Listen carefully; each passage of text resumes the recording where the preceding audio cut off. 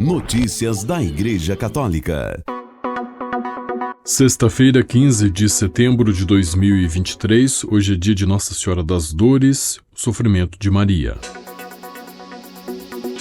Em audiência, Papa diz que o verdadeiro ecumenismo acontece quando caminhamos juntos. Reportagem de Túlio Fonseca, do Vatican News. O Papa Francisco, na manhã desta quarta-feira, 14 de setembro, recebeu em audiência os participantes do 26º Colóquio Ecumênico Paulino, um encontro que é fruto da Primavera do Espírito Santo, que foi o Concílio Vaticano II e, devido ao seu prazo de validade bienal, está agora em sua 26ª edição.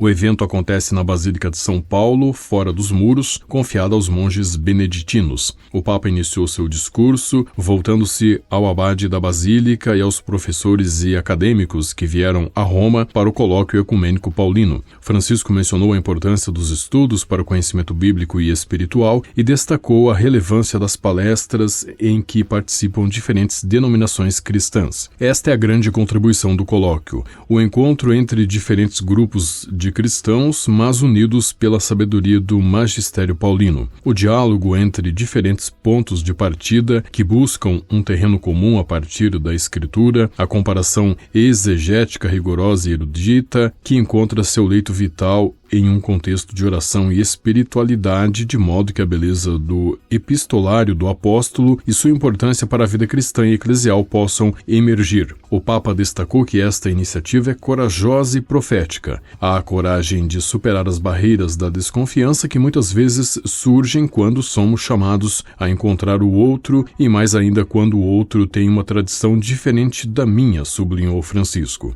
E depois há a profecia ecumênica, a da saudável impaciência do Espírito, a qual todos nós cristãos somos chamados para que a jornada rumo à plenitude da unidade prossiga e o compromisso de testemunhar não diminua. Se ao longo da história as divisões foram causa de sofrimento, hoje devemos nos comprometer a reverter o curso, progredindo nos caminhos da unidade e da fraternidade que começam justamente pela oração, pelo estudo e pelo trabalho conjunto. Após refletir sobre um trecho da carta de São Paulo aos Romanos, que tem guiado as reflexões dos estudiosos nestes dias de encontro, o pontífice ressaltou que, através da esperança, deseja sempre apoiar este valioso trabalho do diálogo acadêmico, bíblico, espiritual e fraterno, e ressaltou: por favor, continuem suas pesquisas bíblicas com rigor e competência, mas também, e sobretudo, deixem-se maravilhar pelos inúmeros recursos espirituais contidos nas epístolas paulinas, para oferecer às comunidades cristãs palavras novas, capazes de comunicar a bondade misericordiosa do Pai, a atualidade da salvação de Cristo, a esperança renovadora do Espírito. Ao abordar o tema do caminho ecumênico, o Santo Padre contou uma história. Certa vez perguntaram a um grande teólogo ortodoxo: o que você acha da unidade cristã? Como ela está indo? Quando será o momento da plena unidade? E esse bom teólogo, que morreu há alguns anos, disse: eu sei quando haverá plena unidade, no dia seguinte ao juízo final, e completou com bom humor: isso não nos tira a esperança. Ao finalizar seu discurso, Francisco afirmou que é muitas vezes através do trabalho laborioso e oculto que cresce entre os cristãos o espírito ecumênico, um espírito de diálogo e de fraternidade que ajuda o caminho comum de busca do Senhor. E destacou: devemos caminhar juntos, orar juntos e trabalhar juntos. O verdadeiro ecumenismo é feito por meio da caminhada. Não tenham medo disso. Sirvam os pobres, ajudem as comunidades cristãs e também as comunidades não cristãs. Caminhem e sirvam. Ao encerrar a audiência, o Papa convidou todos a rezarem juntos a oração do Pai Nosso, cada um em seu próprio idioma. Notícias da Igreja Católica. O padre jesuíta português Nuno da Silva Gonçalves foi nomeado diretor da revista La Civiltà Católica. Ele será o primeiro não italiano a assumir o cargo e substituirá o padre Antônio Spadaro, que esteve à frente da publicação por 12 anos. A revista, escrita e editada por jesuítas, tem servido sob a direção de Spadaro como intérprete extraoficial do Papa Francisco, também ele jesuíta. Spadaro é quem escreve os relatos dos encontros privados que o Papa mantém com os jesuítas e de todos os países que visita. O padre Nuno Gonçalves assumirá a direção da revista a partir de 1º de outubro. Ele já integrava o Colégio de Escritores da revista desde o início deste ano. Notícias da Igreja Católica.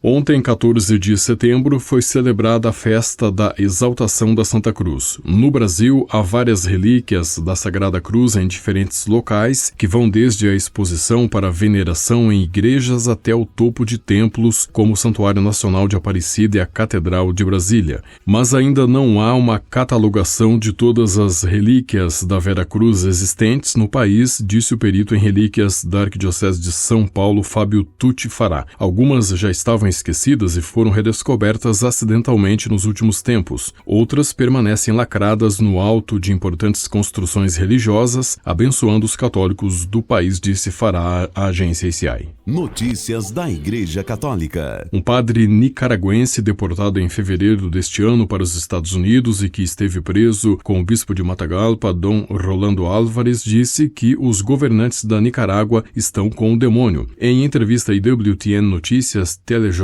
da IWTN, do grupo da agência ICI, o padre José Luiz Dias Cruz, que mora atualmente em Michigan, disse que o governo proibiu em Matagalpa a oração ao Espírito Santo, oração que Dom Álvares ordenou que fosse rezada antes de iniciar todas as missas, e as orações sob a tua proteção à Virgem Maria e a oração a São Miguel Arcanjo, que eram rezadas no final da missa. Isso faz refletir sobre o fato de que o diabo não gosta da oração. Ele tem medo da Eucaristia, da Santíssima Virgem Maria e de São Miguel Arcanjo. Sabemos que aqueles que governam a nossa pátria, Nicarágua, são infelizmente pessoas que estão com o demônio. Eles não têm Deus no coração, comentou o padre. Notícias da Igreja Católica. Um primeiro relatório sobre abuso sexual na Igreja Católica na Suíça, revelado nesta terça-feira, 12 de setembro, após um ano de trabalho, registrou mais de 1.000 casos de abuso que remontam a meados do século XX. A Conferência Episcopal Suíça encomendou o estudo ao Seminário Histórico da Universidade de Zurique, segundo a CNEDOT, a agência em alemão do grupo ACI. As descobertas expõem questões profundamente enraizadas que vão além das ações dos perpetradores individuais e atingem causas sistêmicas pelas quais os líderes da Igreja devem responder, disse Dom Félix Mohr, bispo de Basileia e presidente da Conferência Episcopal Suíça, após a publicação do relatório. Notícias da Igreja Católica. O Apple Event 2023, que aconteceu no dia 12 de setembro, gerou expectativas e muitas reações ao redor do mundo com o lançamento do iPhone 15. Porém, talvez muitos não saibam que Steve Jobs, o cofundador e ex-CEO da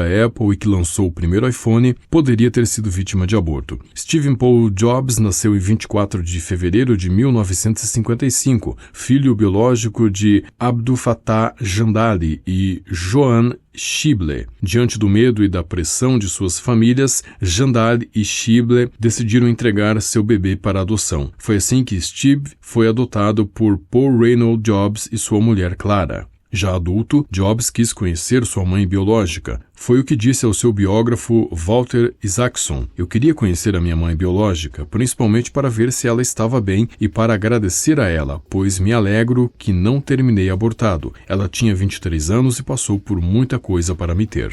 Notícias da Igreja Católica. A Lei 8.585/23, que proíbe o uso da linguagem neutra em instituições de ensino e bancas examinadoras de processos seletivos e concursos públicos, foi sancionada em Petrópolis, no Rio de Janeiro. Fica expressamente proibida a denominada linguagem neutra na grade curricular e no material didático de instituições de ensino públicas ou privadas, assim como em editais de concursos públicos e comunicações institucionais dos órgãos da administração pública municipal direta e indireta, diz o texto. A linguagem neutra, também chamada de não binária, é adotada por ativistas da ideologia de gênero e propõe que expressões no gênero masculino e feminino da língua portuguesa, como os artigos a e o, sejam substituídos, por exemplo, por letras como e ou x, para expressar o que classificam como gênero neutro ou não binário, e palavras como todos e todas sejam escritas por todes ou todix. Menino ou menina passam a ser escritos como menine, entre outros. Com a colaboração do Vatican News e da agência ACI, você ouviu o Boletim de Notícias Católicas que volta na próxima segunda-feira. Notícias da Igreja Católica.